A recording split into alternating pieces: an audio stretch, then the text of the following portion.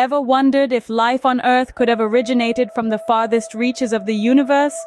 This is the intriguing premise behind the concept of panspermia, a hypothesis that posits life, in its most rudimentary forms, exists all across the universe, scattered by the cosmic winds.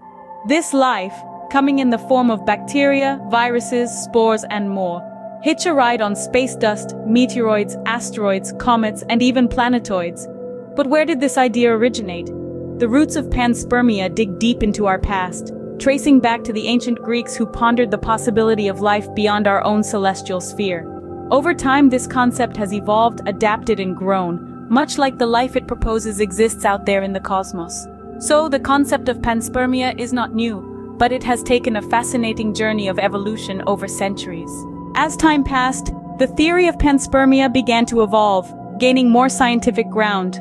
The concept, which suggests that life exists throughout the universe and is distributed by space dust, meteoroids, asteroids, comets, planetoids, and spacecraft in the form of microbial life forms, was first seriously proposed by scientists in the 19th century. The idea was initially met with skepticism, as it seemed to contradict the prevailing belief that life was unique to Earth. However, the theory found its advocates. One of the key proponents was the Swedish scientist Svante Arrhenius. He proposed that life could be spread across the cosmos by microscopic spores carried on the currents of space. These spores, he hypothesized, could survive the harsh conditions of space and eventually land on other planets, seeding life.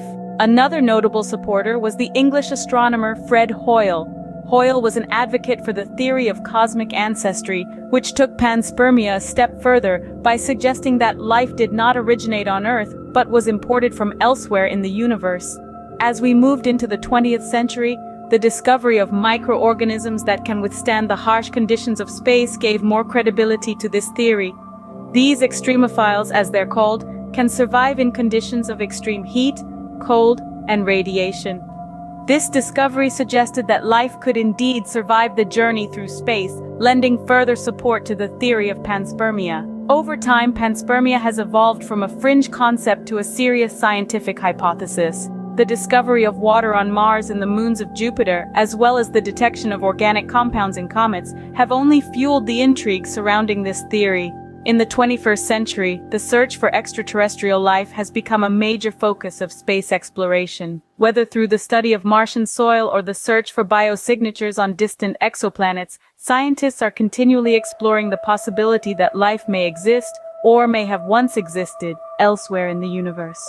Scientific advancements have allowed us to explore the possibility of life beyond Earth in ways our ancestors could only dream of. Fast forward to the 21st century, what does the concept of panspermia look like in our current understanding of the universe?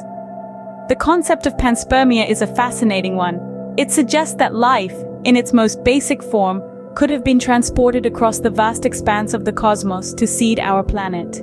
Today, this theory is not just a science fiction plot, but a legitimate scientific study. Our understanding of panspermia has been shaped by several key discoveries. One of the most significant is the discovery of extremophiles, organisms that thrive in extreme environments on Earth. These hardy creatures have opened up new possibilities about life surviving in the harsh conditions of space and other planets. Then there's Mars. Our neighboring planet has been a hotbed of research, with potential signs of past microbial life further fueling the panspermia theory. And let's not forget Oumuamua, the first interstellar object detected passing through our solar system. This mysterious visitor has sparked intense debate and study, providing us with more insights into the possibility of life-bearing particles traveling between stars. Yet, despite these exciting discoveries, the concept of panspermia remains a theory. It's an idea that continues to evolve with every new piece of evidence we uncover in our quest to understand the universe. Though still a theory, panspermia continues to challenge our understanding of life and its origins.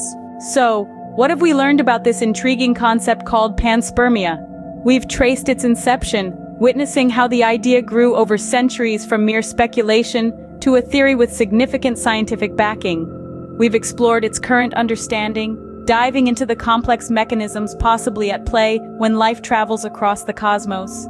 We've seen how panspermia challenges our conventional wisdom on the origins of life. Whether or not life on Earth originated from the cosmos, The idea of panspermia certainly gives us a fascinating perspective to ponder upon.